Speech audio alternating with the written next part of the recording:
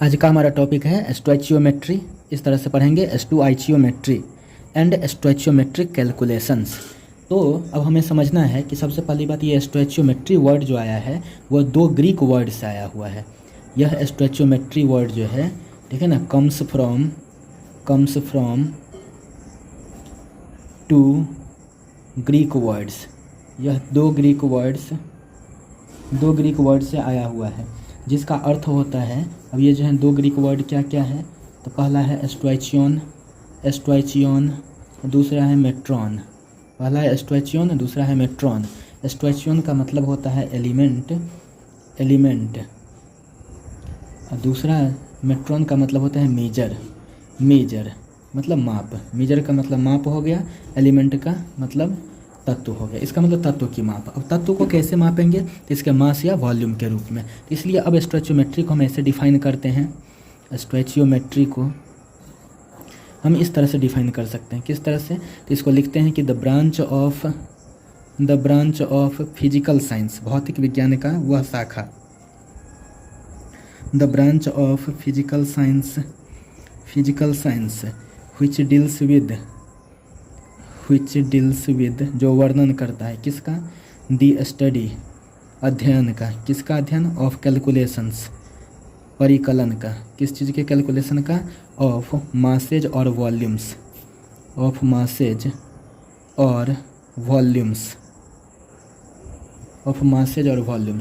मास और वॉल्यूम के कैलकुलेशन का। किसका मास और वॉल्यूम, तो of reactant and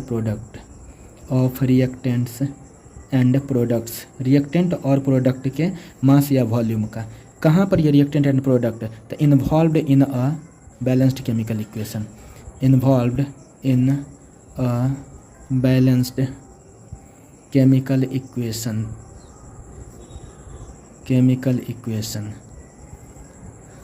is called, वह कहलाती है, क्या कहलाती है, स्टोइचियोमेट्री। तो देखिए क्या है, द ब्रांच किसका, ऑफ फिजिकल साइंस, यानी भौतिक विज्ञान की वह शाखा। किसकी वह शाखा, तो ऑफ फिजिकल साइंस, भौतिक विज्ञान की वह शाखा। व्हिच डील्स विद, जो वर्णन करता है किस चीज़ का, द स्टडी, अध्ययन का। किसके अध्ययन का, तो ऑफ कैलकुलेशंस, परिकलन का। परिकलन मतलब जिसको कैलकुलेट करना रहता है, परिकलन के अध्ययन का। किसका परिकलन, ऑफ मासेज, यानी द्रव्यमान या वॉल्यूम्स मतलब आयतन, द्रव्यमान या आयतन के परिकलन का। किसका, तो ऑफ प्रोडक्ट्स एंड रिएक्टेंट्स, यानी अभिकारक और प्रतिफल, अभिकारकों और प्रतिफलों यानी अभिकारकों और प्रतिफलों के द्रव्यमान या आयतन के परिकलन के अध्ययन का जो वर्णन करता है भौतिक विज्ञान की वह शाखा क्या कहलाती है, तो स्टोइचियोमेट्री कहलाती है। लेकिन उसमें भी क्या, अभिकारक प्रतिफल कहाँ, इन्वॉल्व्ड, शामिल। कहाँ पर शामिल, इन अ बैलेंस्ड केमिकल इक्वेशन, संतुलित रासायनिक समीकरण में, यानी संतुलित रासायनिक समीकरण में शामिल अभिकारकों और प्रतिफलों के द्रव्यमान या आयतन के परिकलन के अध्ययन का जो वर्णन करता है भौतिक विज्ञान की वह शाखा क्या कहलाती है, स्टोइचियोमेट्री कहलाती है। तो इस तरह से इसका डेफिनेशन समझ गए ना। स्टोइचियोमेट्री की बात करते हैं एक रिएक्शन के लिए, जिसको हम कह रहे हैं कम्बसन ऑफ मीथेन। तो यहाँ पर जोड़ दीजिए फॉर कम्बसन ऑफ मीथेन, यानी मीथेन के दहन के लिए क्या, तो अ बैलेंस्ड केमिकल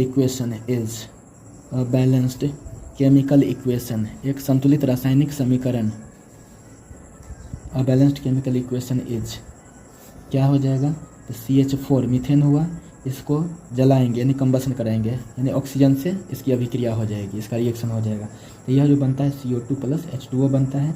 बैलेंस करके देखें तो यहाँ पर 2 लगेगा, यहाँ पर 2 लगेगा। यह भी गैसियस है, यह भी गैसियस है, यह भी गैसियस है, यह भी गैसियस है, यानी गैसीय अवस्था में ये सब चीज़ें हैं। अब क्या करते हैं, ये तो बैलेंस्ड केमिकल इक्वेशन हुआ। अब इसको कितने तरीके से हम पढ़ सकते हैं, यानी कितने तरीके से हम स्टोइचियोमेट्री यूज कर सकते हैं, तो हम पहला पॉइंट हम यूज करते हैं इन टर्म्स ऑफ मोल। मोल के टर्म्स में, कहने का मतलब मोल के पदों में।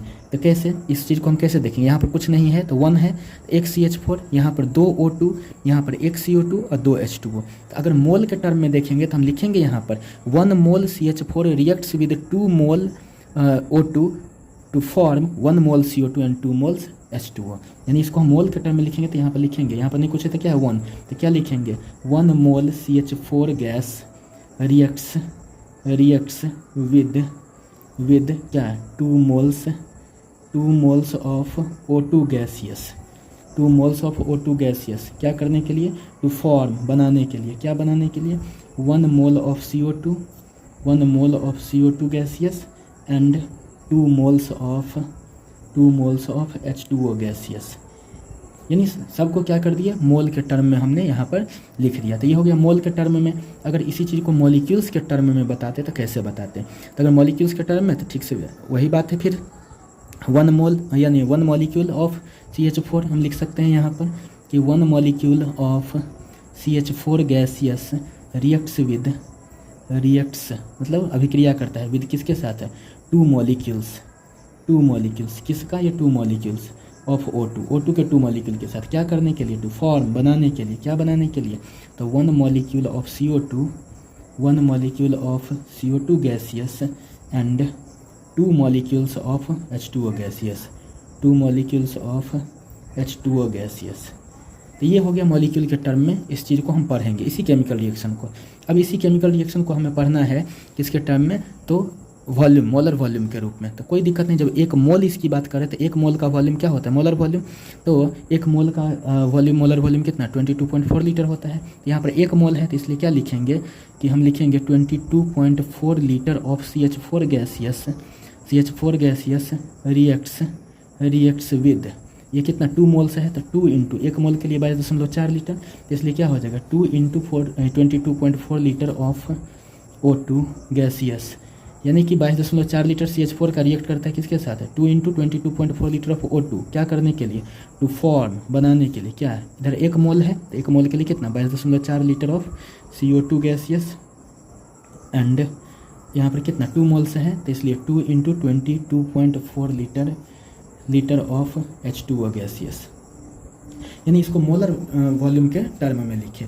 ये हो गया मॉलिक्यूल्स के टर्म में, ये हो गया मोल के टर्म में, ये हो गया मॉलिक्यूल्स के टर्म में, यानी मॉलिक्यूल्स के पदों में इसको बताएं और इसको बताएं मोलर वॉल्यूम के टर्म में, इसको मोलर वॉल्यूम के टर्म में बताएं। अब इसी चीज़ को मोलर मास के टर्म में बताएंगे तब कैसे लिखेंगे, देखिए 4 तरीके से इस चीज़ को हम बता सकते हैं यहाँ पर।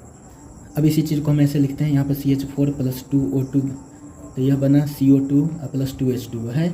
अब इस चीज़ को देखिए, ये तो गैसियस फॉर्म में है, यह भी गैसियस फॉर्म में है, यह भी गैसियस फॉर्म में है, यह भी गैसियस फॉर्म में है, यानी गैसीय रूप में है।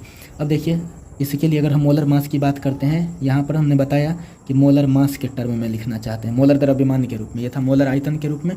अब यहाँ पर देखिए तो 1 कार्बन के लिए 12 और 4 हाइड्रोजन के लिए 4, तो 12 4 16 ग्राम।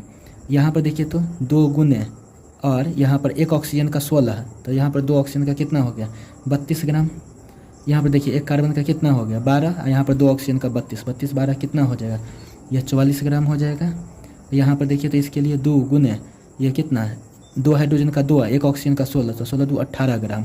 यानी इसको हम देखें तो कितना लिख सकते हैं 36 ग्राम, इसको तो 44 ग्राम है ही, और इसको क्या लिख सकते हैं 64 ग्राम लिख सकते हैं। यानी इस चीज़ को अगर हम स्टोइचियोमेट्री के टर्म के हिसाब से अगर पढ़ना चाहेंगे तो इसको हम क्या लिखेंगे, हम इसको लिखेंगे 16 gram of CH4 gaseous, 16 gram of CH4 gaseous reacts with 64 gram of O2 gaseous to form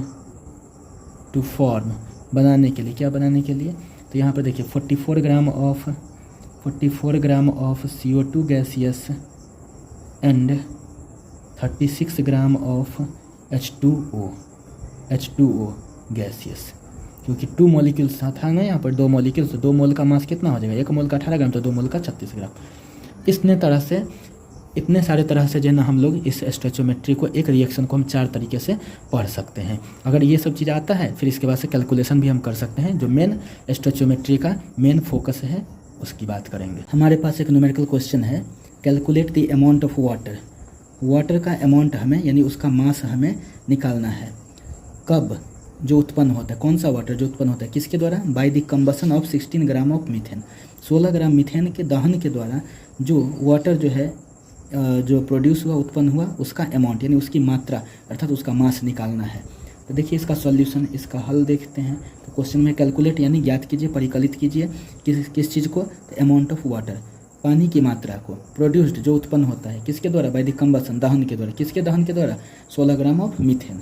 तो मीथेन के दहन की अगर बात होती है तो सबसे पहले मीथेन के दहन के बाद से, कंबसन ऑफ मीथेन के बाद से क्या रिएक्शन होता है, उस रिएक्शन के लिए इक्वेशन हमें लिखना है। तो CH4O2 के साथ रिएक्शन करेगा तो ख्याल रखिएगा यह हाइड्रोकार्बन है, क्योंकि इसमें हाइड्रोजन का कार्बन है। हाइड्रोकार्बन का जब दहन होता है, उसका कंबसन होता है, तो CO2 और H2O बनता है। और फिर उसके बाद बैलेंस कर लीजिए इसको। तो देखिए यहाँ पर 2 लग जाएगा, यहाँ पर 2 लग जाएगा। ये हो गया, 10th क्लास से ही बैलेंस करना सीखे हैं आप। अब क्या करते हैं, किसके बारे में है जानकारी हमें, तो 16 ग्राम ऑफ मीथेन, यानी ये है मीथेन। मीथेन का 16 ग्राम मास गिवन है, इसलिए लिखेंगे given mass, given mass of methane. Methane का गिवन मास कितना है, 16 ग्राम। तो अब मोलर मास भी देख लेते हैं इसका। तो मोलर मास तो फार्मूला देख कर के आता है, तो मोलर मास ऑफ मीथेन, तो मीथेन का मोलर मास, तो फार्मूला में CH4, तो कार्बन का 12 और 4 हाइड्रोजन, तो कितना 16 ग्राम। तो इसलिए हम इसके नंबर ऑफ मोल्स की बात करते हैं, number of moles of methane. तो क्या हो जाएगा, गिवन मास बट्टा मोलर मास, गिवन मास बट्टा मोलर मास। तो गिवन मास है 16 ग्राम, अब मोलर मास है यह भी 16 ग्राम। कितना हो गया, 1 मोल हो गया। अब इतना से तो पता चल गया ना कि जो भी चीज़ हमें गिवन है वो कितना है, 1 मोल। अब हम बैलेंस्ड केमिकल इक्वेशन से देखते हैं। तो from balanced chemical equation, from balanced chemical equation यानी संतुलित रासायनिक समीकरण से, संतुलित रासायनिक समीकरण से हमें क्या प्राप्त होता है, तो देखते हैं। जिसके बारे में सूचना इकट्ठा है, हमारे पास सूचना प्राप्त है, उससे रिलेट करेंगे किसको, तो जिसके बारे में हमें निकालना है उसको हम रिलेट करेंगे। तो इसमें हम क्या देख रहे हैं कि 1 मोल CH4 जो है वो किसके जो है ना इक्विवेलेंट है, तो 2 मोल्स H2O के। तो इसलिए मोल्स ऑफ H2O क्या हो जाएगा, मोल्स ऑफ H2O कितना हो जाएगा, 2 हो जाएगा, 2 मोल्स। तो इसलिए मास की अगर हम बात करते हैं, मास ऑफ H2O, तो मास ऑफ H2O क्या हो जाएगा, number of moles into molar mass of H2O, molar mass of H2O, molar mass of H2O। तो नंबर ऑफ मोल्स है 2 मोल, और मोलर मास H2O का कितना हो जाएगा 18 ग्राम। तो इसलिए कितना हो जाएगा 36 ग्राम आंसर।